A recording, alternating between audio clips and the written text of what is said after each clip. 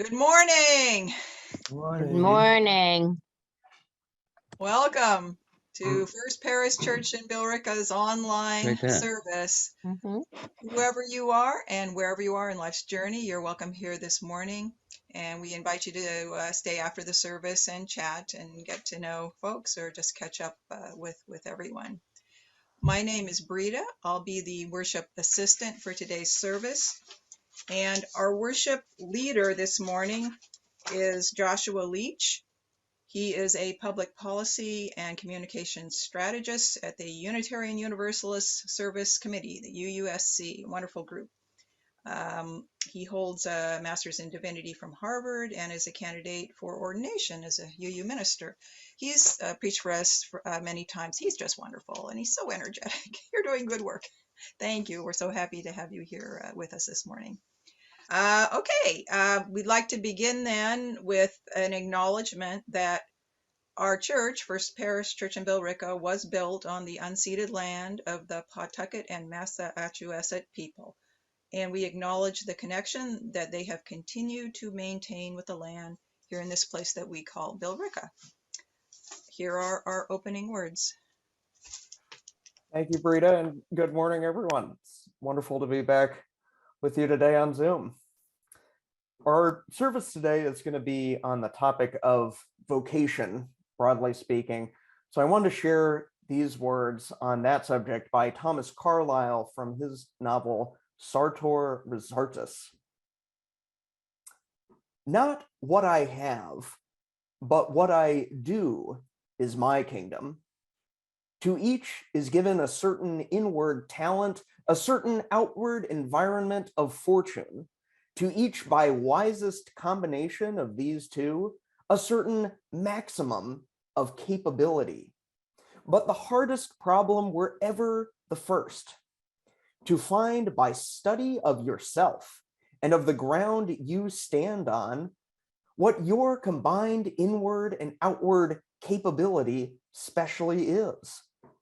For alas, our young soul is all budding with capabilities, and we see not yet which is the main and the true one.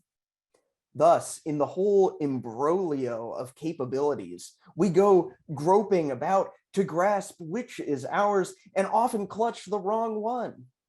In this mad work must several years of our small term be spent. Such would be the general fate, were it not for that one thing that saves us, our hunger. And speaking of that hunger, I also want to remind us of the words of Frederick Buchner, who said that the vocation to which we are called in this life is that place where our deep gladness and the world's deep hunger meet. Okay, thank you. It's now the time to light our chalice, the symbol of our Unitarian Universalist faith. And please say the words, the chalice lighting words that are going to be on the screen in a moment as I light the chalice. Okay, I'll lose the match here. Life is a gift, for which we are grateful. We gather together in community to celebrate the glories and the mysteries of this great gift. Our opening hymn is "O Life That Maketh All Things New." It's number 12 if you have a hymnal, and the words are going to be on the screen. Please mute.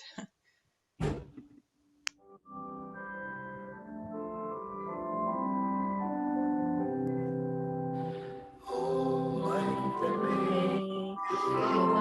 things new.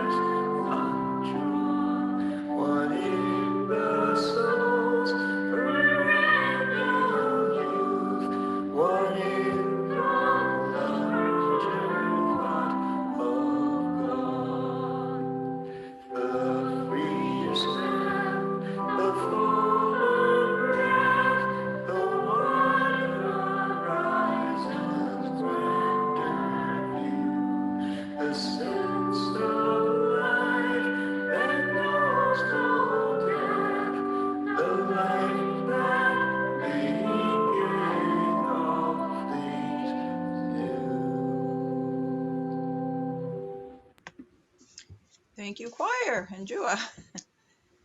Please say with me the affirmation of faith, which is on the screen. Love is the doctrine of this church. The quest of truth is its sacrament, and service is its prayer. To dwell together in peace, to seek knowledge and freedom, to serve humanity in fellowship, to the end that all souls shall grow into harmony with the divine. Thus do we covenant with each other and with God.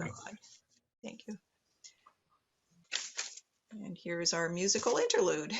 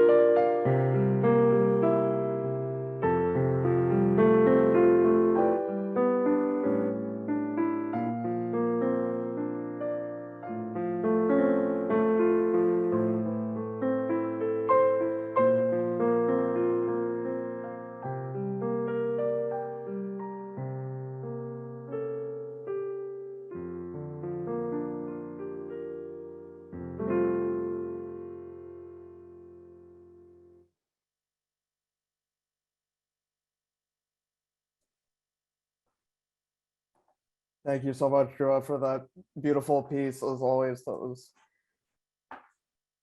perfect for the service. Our reading for today comes from the novel Max Havelaar, but the story it recounts was originally a folk tale from the island of Java in Indonesia. It's called The Story of the Stonecutter. Once, there was a man who cut stones out of a rock. This labor was heavy, and he labored much, but his wages were small, and he was not content. He sighed because his labor was heavy. He cried, "Oh, that I were a rich man, in order to rest on a bale with a clambu." And there came an angel out of heaven who said, "Be it as you have said." And he was rich. And he rested on a bale, and the clambu was of red silk. And the king of the country passed with horsemen before his carriage. And likewise behind the carriage there were horsemen, and the golden padrong was held over the head of the king. And as soon as the rich man heard this, he was sad, because they held no golden padrong over his head, and he was not content. He sighed and cried, I should like to be a king. And there came an angel out of heaven and said, Be it as you have said.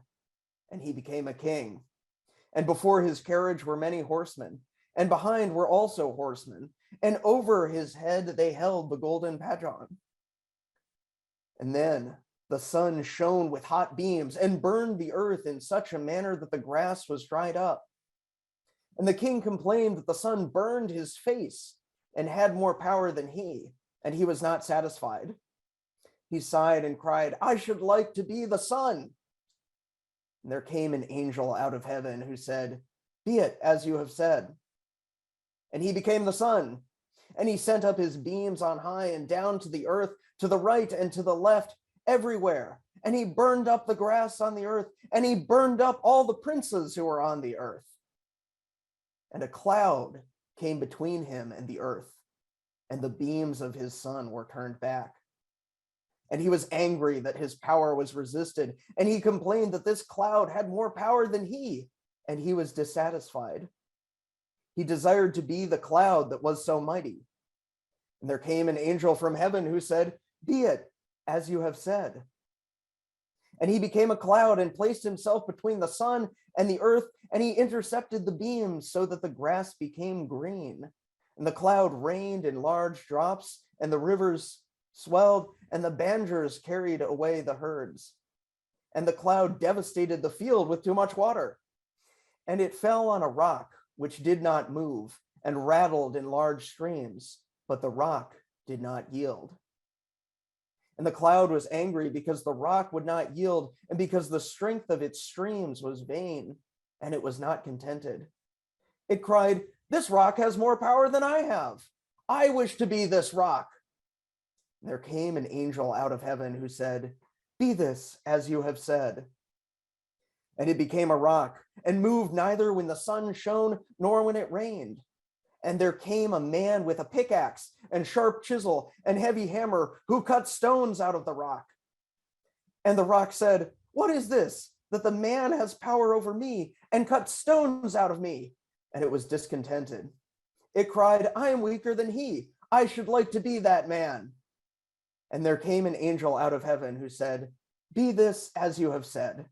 And he became a stone cutter. And he cut stones out of the rock. And he labored hard, but he was contented. Well, this story seems to tell us in so many words that we often spend so much of our lives, perhaps too much of our lives, longing for what we don't have, when happiness might be right in front of us here and now. On the other hand, we all know that there are things in our lives and in the world that not only can be changed, but should be changed. And the difficulty seems to be determining which is which. So I want to invite us now into a moment of silent meditation. At the sound of the chime, I invite you to reflect on what in your life needs to change, as well as what in your life you find that you can accept. What, when you look deep within, brings you a sense of peace and contentment and acceptance. I invite us into that brief silent reflection. Let's see if this works.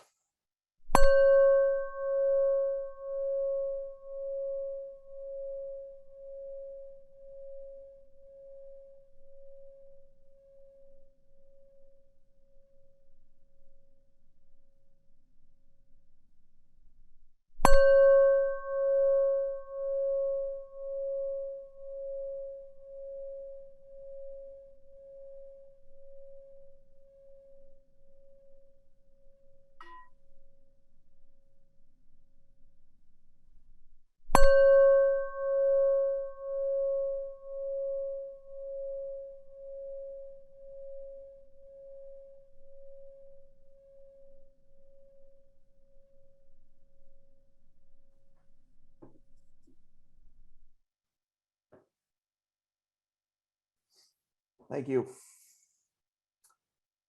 Our second hymn for this service is number 22, Dear Weaver of Our Lives' Design.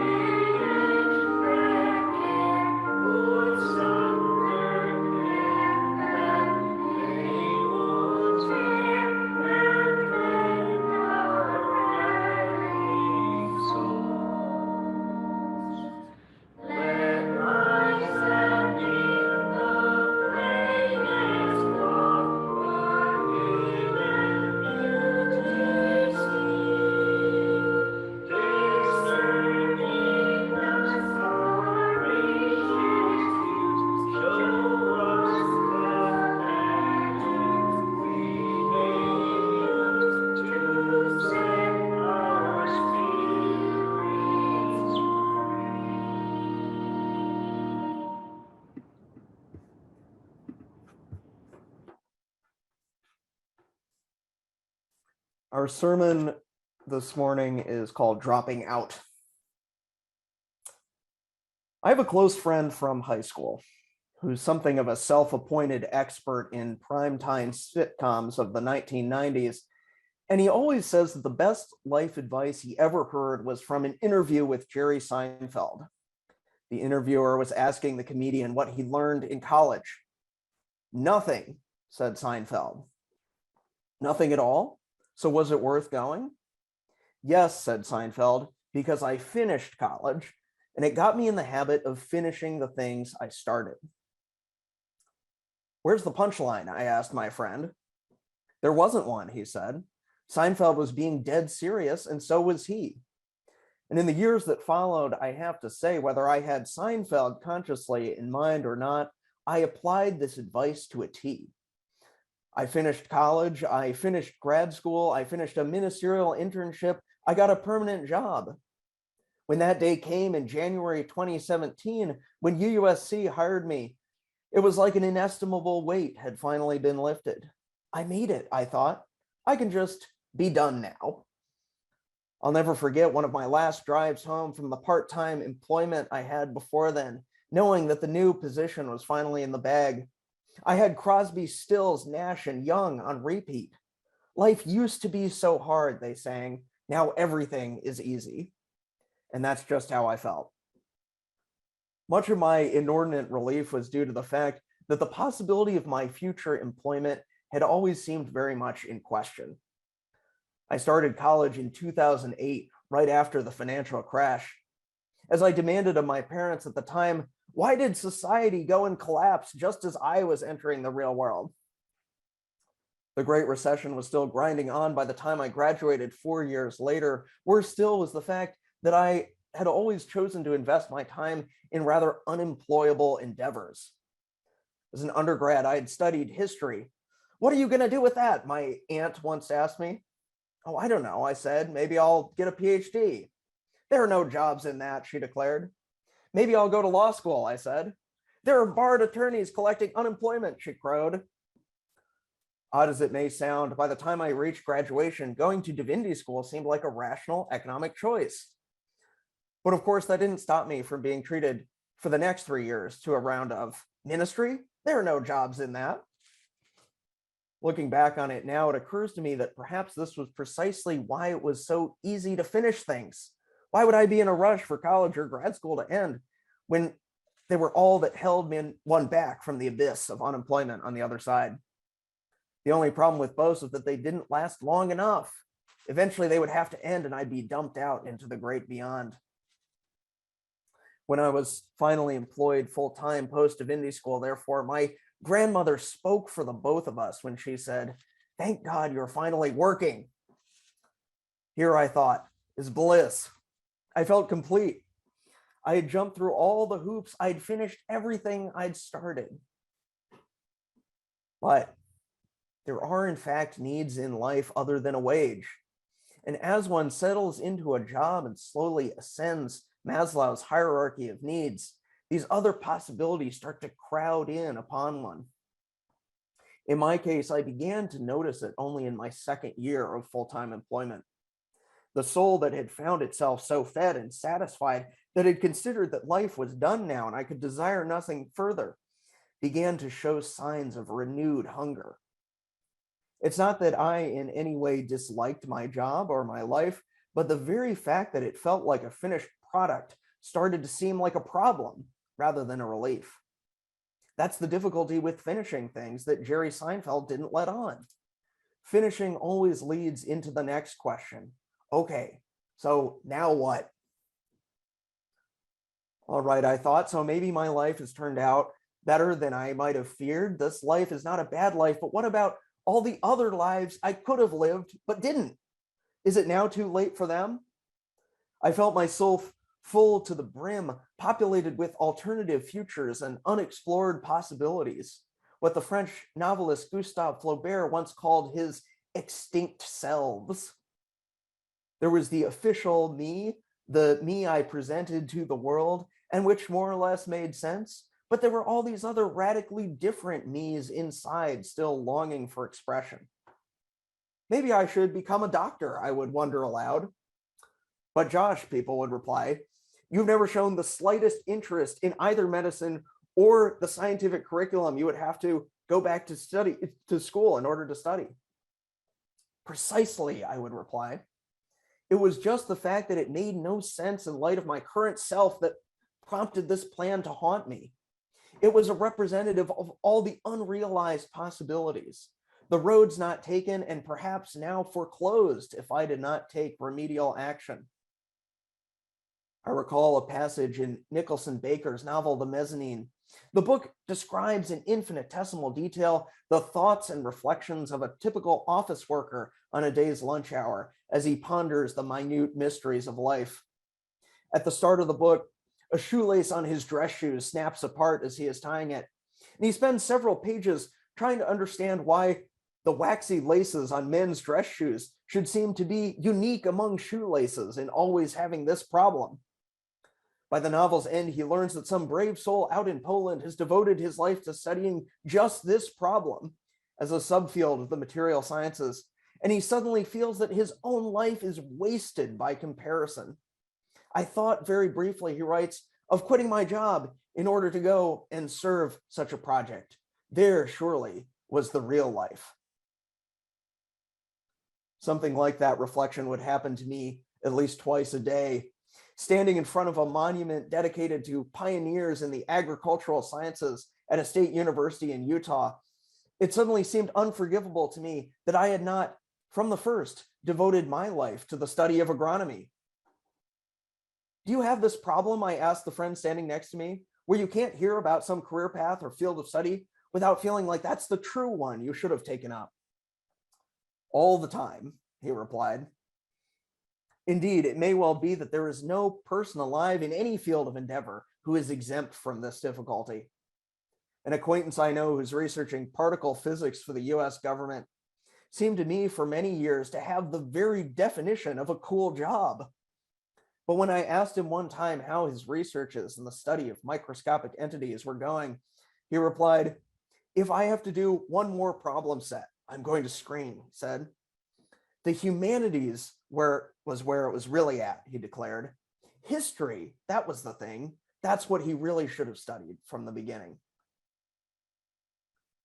I tried to be content with my lot. I would constantly remind myself how grateful I'd been for the job when it first came along. I tried earnestly to count my blessings instead of trying all over again to change things. But it didn't work. To quote the Argentine writer Ernesto Sabato, I was like someone dying of hunger who will unconditionally accept anything that is offered at first, but later, once the greatest urgency of hunger has been satisfied, gradually begins to complain of problems and inconveniences. None of which is to say that I want to give up my current position, but when evenings and weekends stretched before me, I thought maybe here was the time I might devote some attention to my extinct selves. Now, one of the things I'd always wanted to be was a writer. Of course, I actually was a sort of writer in my current job, but precisely because it was happening in real life, it was less satisfying somehow than all the unrealized possibilities of the sort of writer I could imagine. I wanted to be a different kind of writer, one freed from the shackles of the 9-to-5 routine, working for myself and my muse alone. Therefore, when a friend called to tell me she had just found a posting on Craigslist that might interest me, I knew I'd be sending in an application. Ghostwriters wanted, it said. That was for me.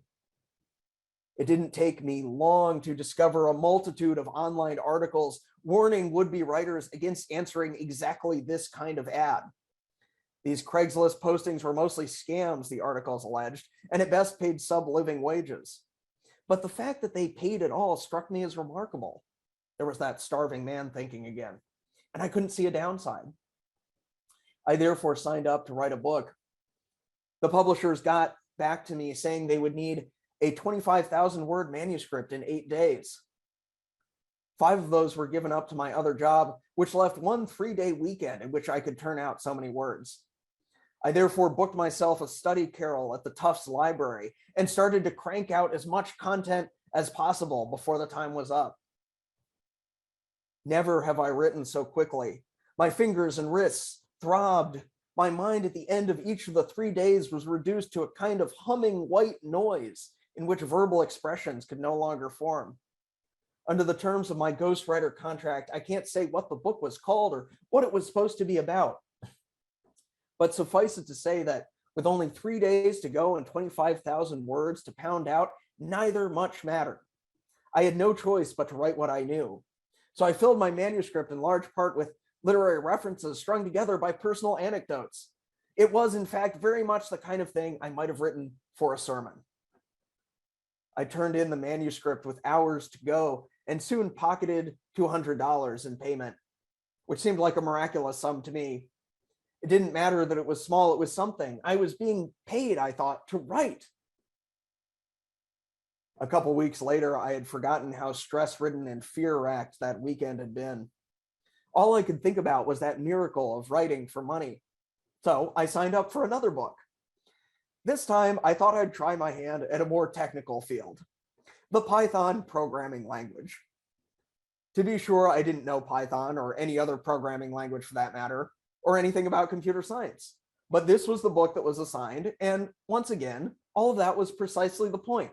Here was a chance to excavate 2 extinct selves in one go, the toiling copywriter on the one hand, and the STEM expert on the other.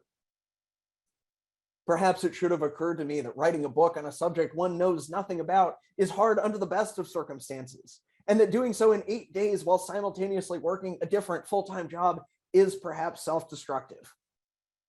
But I was still riding the wave of unearned confidence from the completion of my first manuscript, whistling with my $200 in my pocket, and I felt up to a challenge. Sure, it was new material for me, I thought, but I could always learn the content as I wrote. I checked out a book from the same library on Python computer language. I started reading and made it to about the 2nd page. It's not that I didn't understand any of it. It was clear up to a point. But I couldn't think of how to translate any of this into a new manuscript without copying it out word for word. And I didn't sign up to be a plagiarist. It began to occur to me that in order to write a book on Python, I might in fact need to have read more than one book about it myself, or at least to have read more than 2 pages of that book, and maybe even to have actually programmed with Python at some point in the past. The vastness of the task began to materialize before me. As days went by before the deadline, I tried to stay casual. Oh, I'm sure it's not a big deal, I thought. I bet lots of their writers turn things in at the last minute. A few days before 0 hour, I had to face reality. I was not going to be able to finish writing this book in the next few days or in any amount of time thereafter. I therefore decided to write to the ghostwriting company, adopting in my email the same insouciant perspective that I hoped they would take towards my dereliction of duty. Hey, I said, something has come up. I won't be able to turn in the manuscript by Monday. I then closed my computer and walked to a coffee shop, hoping they would feel no more strongly about all of this than I was affecting to do. While standing in line, I checked my email on my phone and saw that they had written back. The cold text was unadorned with punctuation or frowning emojis, but it managed to convey their feelings on the subject nonetheless. Was the something that came up that you realized you would not make your deadline, they wrote. You have been removed permanently from our list. I was aghast. My heart raced. I had been fired. I was no longer a ghostwriter. My extinct self had really been extinguished this time. But what will I do? I thought. It took me just a few more seconds to realize that this was mostly okay. The reassurances of my real-world existence, my non-extinct self, rushed back to me. I still had a job, I remembered. My actual normal job. A job, moreover, in which I was paid to write. And not only that, but a job in which I wrote about things I actually knew something about, in contrast to Python programming language. I was, that is, very much in the position of the stonecutter from our story, who has made himself king for a day, and even the sun, only to realize that he was better off where he started. There was, though, still a bit of self-reckoning that needed to be done. I'd been fired, and I kind of deserved it. For the first time in my life, seemingly, I had gone astray from the wisdom of Seinfeld. I had failed to finish what I'd started, and the universe had punished me for it. At the same time, though, I was liberated. The punishment had come, but it was not so terrible. I had survived it. I was still here, and my life would go on, even if I had not finished something.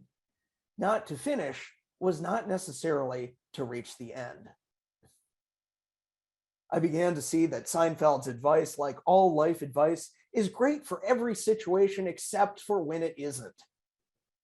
Sometimes there are things you can't and shouldn't finish because they aren't you.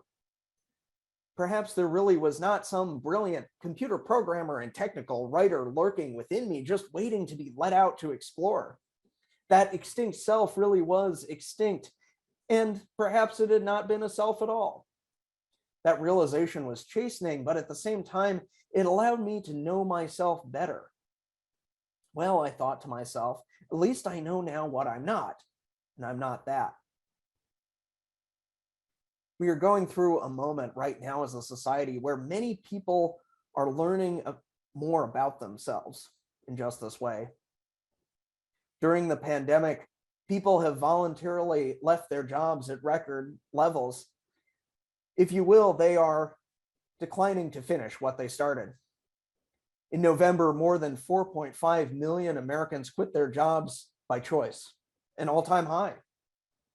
Now, we shouldn't misinterpret this. The bias of much of our media reporting often portrays this so-called Great Resignation through the perspective of relatively privileged members of the knowledge economy, leaving their boring old desk jobs to try something new and adventuresome in a spirit of self-discovery.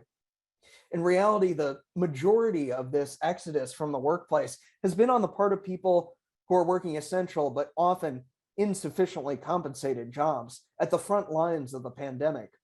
And it may be motivated as much as anything by a need to avoid the perils that confront people in many parts of the workforce during this public health crisis. But part of it too must be that the pandemic has made the previously inconceivable conceivable to many of us. Many of us prior to this crisis might have believed that we weren't allowed to try to change our lives in substantial ways because we'd internalized some expectation that such things weren't done. A friend of mine had gone to grad school after college, and she worked more than a decade in a professional job before becoming a parent. But when the pandemic hit, she took expanded unemployment and stayed home. If you'd told me I'd be doing this a couple of years ago, I would have been insulted, she said, but I've never been happier. Many of us had been proceeding according to a set of rules we internalized at a young age: work hard, stay in school, don't quit your day job. In my case, this collected prudence had been concentrated in the unlikely form of Jerry Seinfeld and his admonition to always finish what you start. But most of us had heard something similar throughout our lives. Times of crisis, however, tend to unsettle such convictions. The pandemic affects us all, whether we have played by the rules or not, whether we had always finished what we started or not. Everyone's life changed in March 2020, and it has never quite gone back to normal. In so many ways, the worst happened. Our fears were fulfilled, and yet we find that we're still here. Small wonder that people have started to question what they'd always believed before. If the worst can come and leave us still intact, perhaps it was not the worst after all. This is one of the precious few hidden blessings of moments of great personal or societal upheaval. They expand our sense of what's possible for ourselves because they show us that we can survive more than we might have thought, that we can thrive in inhospitable terrain. This is why the workings of destiny often proceed from moments of personal crisis. As a novelist once told a graduating class at Harvard University, she was inspired to create her characters after personal disaster when she lost her job and only source of income as a single mother. She reflected about the experience years later, quote, "This failure meant a stripping away of the inessential. I stopped pretending to myself that I was anything other than what I was, and began to direct all my energy into finishing the only work that mattered to me. Had I really succeeded at anything else, I might never have found the determination to succeed in the one arena I believed I truly belonged. I was set free because my greatest fear had been realized, and I was still alive, and I still had a daughter whom I adored, and I had an old typewriter and a big idea. And so rock bottom became the solid foundation on which I rebuilt my life." End quote. The pandemic has been society-wide a kind of experience of hitting bottom, particularly as the Omicron variant drives case counts to record highs, and we are enduring some of those same feelings of isolation that we remember only too well from March 2020. It's easy to feel that we are scraping rock. But to experience all that and reach that point together, and then come here and look around this screen and see each other's faces still here, means that we must have reservoirs of fortitude. Whatever bedrock of inner strength has made it possible to get through this can be the foundation for what we do next. I don't think this counsels any one course of action. One doesn't need to join the tide of the great resignation any more than one needs to stay put forever in one's current job or place.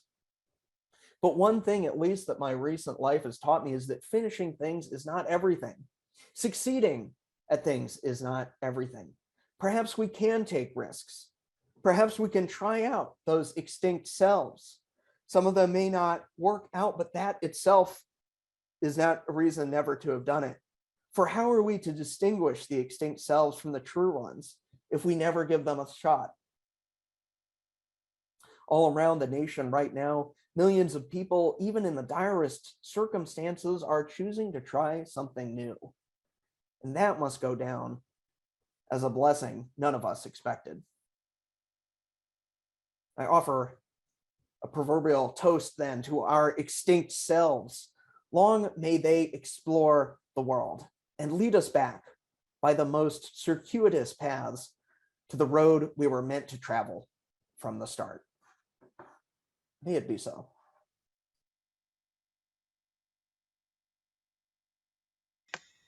Thank you, Joshua. My goodness. I'm amazed that you took that on as a additional thing to a full-time job. Oh my goodness. Well, it didn't work out, clearly. But yeah, there you go. Explore. I do have to mention that our Unitarian Universalist churches are self-supported, and your gifts of time, faith, and money is what sustains the work of the church. You can make an offering by, of course, mailing a check, or it's much easier to go to our website, uubilrica.org, and just click on the donate button. Let's all sing the doxology. Everybody can unmute. I think we're getting pretty good at this. Suzanne, did you want to lead it again, maybe? One of our choir members? Or sure, I can do that. From all well below sky, let songs of love and faith arise. Let peace, goodwill on earth be sung through every land by every tongue. Amen.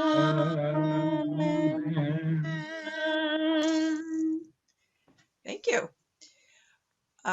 Please say with me the extinguishing the chalice words that are on the screen as I extinguish our chalice. We extinguish flame, but not the light of truth, the warmth of community, or the fire of commitment. These we carry in our hearts until we are together again. Our closing hymn is For All That Is Our Life. The words are going to be on the screen here. Please mute unless you want a solo for everybody.